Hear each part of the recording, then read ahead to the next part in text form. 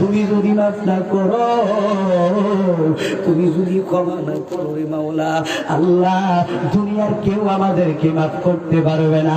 আল্লাহ ভুল করছি, অন্যায় করছি, অপরাধ করেছি, আর করব না। আল্লাহ তুমি মাফ করে দাও, ক্ষমা করে দাও। ওই না ফরমান বান্দা যখন আমার আল্লাহর দরবারে হাত বাড়াইয়া চোখের পানি ফালাইয়া যখন আমার মাওলার দরবারে কান্নাকাটি করলেন, ওই চোখের পানিগুলি আমার আল্লাহর দরবারে পছন্দ হয়ে গেছে, আমার আল্লাহর দরবারে চোখের পানি কবুল হয়ে গেছে। ওই নাফরমান যখন বান্দার চোখের পানি দিয়া আমার আল্লাহ পাক রব্বুল আলামিন রহমতের বৃষ্টি দিয়া দিলেন। জোরে কন্যা আল্লাহু আকবার, আল্লাহু আকবার। ওই নাফরমান বান্দার চোখের পানি আল্লাহর কাছে প্রিয় হয়ে গেছে।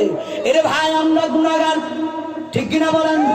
আজকে জান্নাতের বাগানের এই জহিরুল ইসলাম ফরদি সাহেব ইনি আসবেন, আমাদেরকে আখিরি মুনাজাত নিয়ে দোয়া করবেন। তারপরে আমরা সকলেই দোয়ার মাধ্যমে উপস্থিত থাকবো কি থাকবো না? আল্লাহর কাছে মাপ চাইবো কি চাইবো না? আল্লাহর কাছে ক্ষমা চাইবো কি চাইবো না? আল্লাহর কাছে মাপ চাইলে আল্লাহ মাফ করে দিতে পারে, আল্লাহর কাছে ক্ষমা চাইলে আল্লাহ ক্ষমা করে দিতে পারে, পারে কি পারে না? এই 40 বছর না ফরমান বান্দার চোখের পানি দিয়ে আল্লাহ রহমতের বৃষ্টি দিয়া দিলেন। এখন মুসা নবী কো, আল্লাহ তুমি তো বলছো ব্যাপারটা কি রহমতের বৃষ্টি দিবা না? তুমি বলছো এই মাঠ থেকে একটা বান্দা যদি না যায় তুমি রহমতের বৃষ্টি দিবা না। আল্লাহ আমার জানা সত্ত্বে তো একটা নাফরমান বান্দা আমার থেকে যায় নাই। আল্লাহ ব্যাপারটা কি বুঝতে পারলাম না, নাকি আল্লাহ তুমি আমার দোয়া কবুল করছো? আল্লাহ কয় না, এ মুসা, যেই নাফরমান বান্দা 40 বছর নাফরমানি করছে, আমার আল্লাহর দরবারে মাপ চাইছে, আমার আল্লাহর দরবারে ক্ষমা চাইছে, মুসা রে, ওই নাফরমান বান্দার চোখের পানি আমার আল্লাহর কাছে প্রিয় হয়ে গেছে। ওই নাফরমান বান্দার চোখের পানি আমি আল্লাহ পছন্দ করছি রে। ওই নাফরমান বান্দার চোখের পানি আমার আল্লাহর দরবারে কবুল হয়ে গেছে। এই জন্য নাফরমান বান্দার চোখের পানি দিয়া আমি আল্লাহ রহমতের বৃষ্টি দিয়া দিলাম। জোরে জোরে কন্যা সুবহানাল্লাহ। এবার মুসা বলল, আল্লাহ তুমি নাফরমান বান্দার চেহারা আমার সামনে দেখাও নাই, এবার তো আল্লাহ তোমার কাছে প্রিয় বান্দা, এই বান্দার চেহারা একটু দেখাও না। নাফরমানের না দেখাইলা না, এখন তো তোমার কাছে প্রিয় হয়ে গেছে, আল্লাহ প্রিয় বান্দার চোখ, প্রিয় বান্দার চেহারাটা একটু দেখাও না, আমি দেখতে চাই। আল্লাহ কয় না,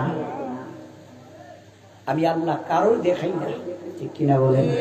আল্লাহ যদি দেখাইতেন তাহলে আমরা 1 সেকেন্ডের জন্য রাস্তা দিয়ে হাইটা যাইতাম না, পারতাম না। মানুষ আমাদেরকে ছিছি করত, মানুষ আমাদেরকে গুনাহগার বলে রাখতো, নাফরমান বলে রাখতো, ঠিক কিনা বলেন? আজকে মুসলমান এমন মুসলমান হয়েছি, শুধু নামে মুসলমান, খালি গরু খাওয়া মুসলমান। বছরে একবার গরু জবাই করবে আর আমরা মুসলমান খাইব। নামাজের দরকার নাই, রোজার দরকার নাই, হজের দরকার নাই, যাকাতের দরকার নাই। সুদ, ঘুষ, জিনা, বেবিচার সব আমাদের মাধ্যমে আছে, ঠিক কিনা বলেন? এই সমাজের মাধ্যমে সুদে পড়ে গেছে, ঘুষে পড়ে গেছে।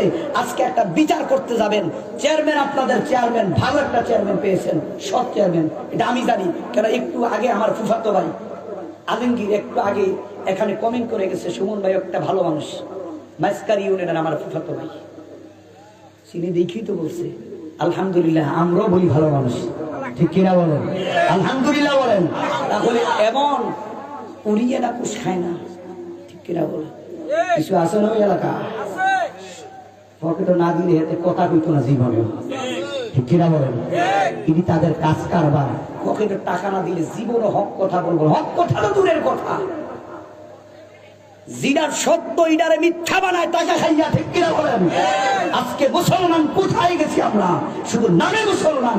এই জন্য বলি মুসলমান হইয়া মরতে হবে, মুসলমান না হইয়া মরিও না। ইয়া আইয়ুহাল্লাযীনা আমানু তাকুল্লাহ হাক্কা তুকাতিহি ওয়া লা তামুতুন্না ইল্লা ওয়া আনতুম মুসলিমুন। জোরে জোরে কোন আল্লাহু আকবার। এই ইমানদার মুসলমানেরা, আমার আল্লাহ ইমানদার বলে ডাক দিছে, বেঈমান বলে ডাক দেয় নাই। ভয় করো, করার মতো করো, মরিও, কিন্তু সাবধান, মুসলমান না হইয়া মরিও না।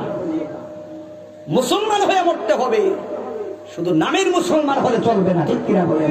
আমরা শুধু নামের মুসলমান।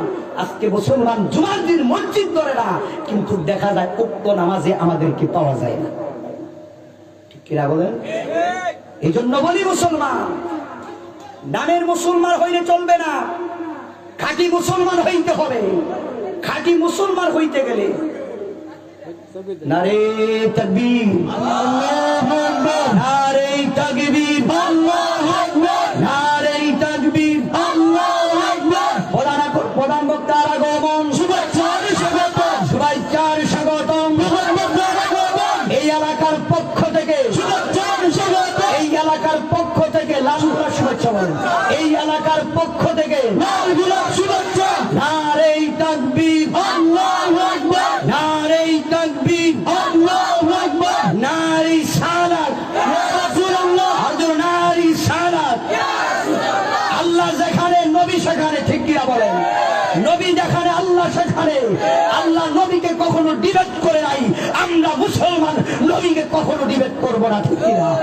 যেন নারে তাকবীর, আল্লাহ নারে তাকবীর আছে, যেন আল্লাহু আকবার আছে, যেন নারে সালাত আছে, যেন ইয়া রাসূলুল্লাহ আছে, ঠিক কিনা বলেন? আজকে নারে সালাত ইয়া রাসূলুল্লাহ আমরা বলতে চাই না। আল্লাহ যেখানে নবী সেখানে, নবী যেখানে আল্লাহ সেখানে, ঠিক কিনা বলেন? লা ইলাহা ইল্লাল্লাহু মুহাম্মাদুর রাসূলুল্লাহ। আল্লাহ নবীকে আলাদা করে নাই, আল্লাহর সঙ্গে রেখেছেন, ঠিক কিনা বলেন? আমরা মুসলমান নবীকে আলাদা করতে পারবো না, ঠিক কিনা? আছে এখন একজন বাড়ি গেছে, চেয়ারম্যান সাহেব আছে না, একজন ডিবেট করতেছে, আল্লাহর সঙ্গে নবীর নাম রাখা যাবে না, নবীর সঙ্গে আল্লাহর নাম থাকা যাবে না। আল্লাহ আপনাকে আদম নবীকে সৃষ্টি করলেন, আদম নবীকে সৃষ্টি করে যখন সর্বপ্রথম রু দিয়েছেন, আদম নবী যখন ও মুসলমান গন্ধম ফল হাওয়া খাইছিল নিও, আমি যাবো না কেন, হুপিস আমাদের প্রধান বক্তা এসেছেন, মারাফুর আমাদের গৌরব সুন্নিদের, ঠিক কিনা বলেন? সকলেরই গৌরব। এমন একজন নক্ষত্র এই এলাকার মাধ্যমে এসেছে, হযরত মাওলানা মুফতি জহির ইসলাম ফরিদী সাহেব, পুরা বাংলাদেশের মাধ্যমে আলহামদুলিল্লাহ ওনার আন্তর্জাতিক বক্তা, ঠিক কিনা বলেন? ওনাদের আলোচনা শুনলে আল্লাহ কণ্ঠ দিয়েছেন মধুর মতো, ঠিক কিনা? তো এরকম ওলামায়ে কেরাম আসছে আপনাদের এলাকা, আপনারা খুশি না? খুশি নি আপনারা? না হুজুর হইতে পারে ভাই, ঝামেলায় হয়। যেমন আমরা অনেক দূরে দেশে যাই, অনেক সময় দেখা যায় গাড়ি দিয়ে যখন যাওয়া পড়ে, যেমন ওই দিন নীলফামারী ওয়াজ করতে গেছি, আমার মাইক ধরার কথা ছিল 9টায়, এই মাইক ধরছি 12টা বাজে। তো বেরাও তো আমাদের প্রধান বক্তা দিয়ে বসে গেছি। এখন তারা কোন অবস্থা হবে, আমরা গাড়ির অবস্থা, যেখানে জাম থাকে ওই জায়গায় যাওয়া যায় না, কেন বলেন? খাগড়াছড়ি প্রোগ্রাম আছে, আমরা আগে চলে যেতে চেষ্টা করি কিন্তু পারি না, গাড়ি তো যেটা আমরা হাতে দিয়ে হাইটা চলে যেতে পারবো না, ঠিক কিনা বলে? এখন জাম থাকলে তো আসা সম্ভব না। এই জন্য ভাইয়েরা আমার, বাবারা, বন্ধুরা আমার, এই জন্য বলতে চাই, লা ইলাহা ইল্লাল্লাহু মুহাম্মাদুর রাসূলুল্লাহ সাল্লাল্লাহু আলাইহি ওয়াসাল্লাম, আল্লাহর সঙ্গে নবীকে রাখতে হবে, ঠিক কিনা বলেন? ডিবেট করা যাবে না। একজন বলে লা ইলাহা ইল্লাল্লাহ মুহাম্মাদুর রাসূলুল্লাহ সঙ্গে লাগানো যাবে না। আপনাদেরকে বোঝানোর জন্য বলতেছি, এইগুলি নিয়ে আমরা ফিতনা ফাসাদ করতে চাই না, কিন্তু বুঝতে হবে আমাদের, ঠিক কিনা বলেন? আদম নবী হাওয়া আলাইহিস সালাতু ওয়াস সালামকে জান্নাতে রাখার পরে শয়তান কি করছেন? চেষ্টা করছেন, তোমরা গন্ধম ফল যদি না খাও তাহলে তোমাদেরকে জান্নাত থেকে আল্লাহ বাহির করে দিবে, কিনা বলেন? তোমরা গন্ধম ফল যদি না খাও জান্নাত থেকে বাহির করে দিবে, তাহলে গন্ধম ফল খাও। হাওয়া আলাইহিস সালাতু ওয়াস সালাম খাইছে, আদম নবী খাইতে গেছেন, এই জায়গায় মনে পড়ছে, এই জায়গায় এই জন্য পুরুষের কণ্ঠনালী আছে মহিলাদের, এই জন্য মহিলারা দেখবেন একটা গোপন কথা কইয়া দেখেন, পুরা গোপন কথা প্রকাশ হয়ে যাবে, কিনা বলেন? না বলেন আমার লোকের রাগ করেন না, দাওয়াত দিন না আপনারা, তারপর হক ঝিনিরা বলা লাগবে, কিনা বলেন? তাহলে এখন মা বোনরা দেখবেন গোপন কথা বলে গোপন কথা থাকে না, ঠিক কিনা বলেন? এই জন্য ভাইয়েরা আমার বন্ধু সবাইকে